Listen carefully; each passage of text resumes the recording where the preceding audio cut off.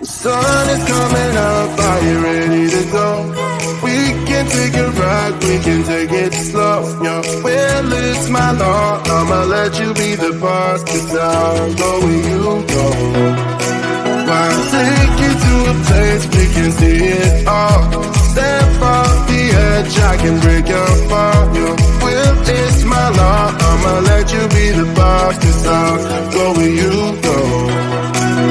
When you fall down, I'll get you back up again. The things you tried, I think that you won't regret. We are kings of the world,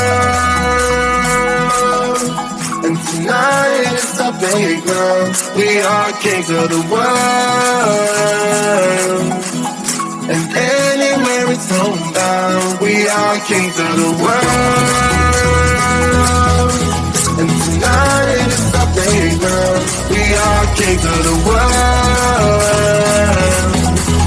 and anywhere it's homebound. We are kings of the world.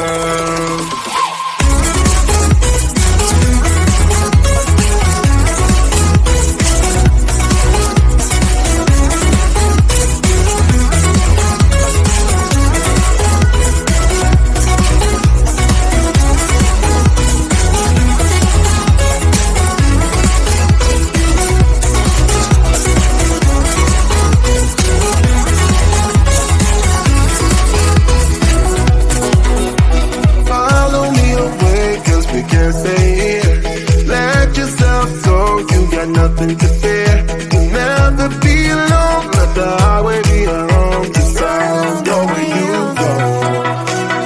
When you fall down, I'll get you back up again.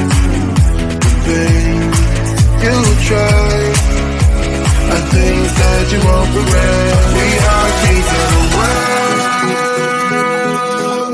and tonight is our playground. We are kings of the world,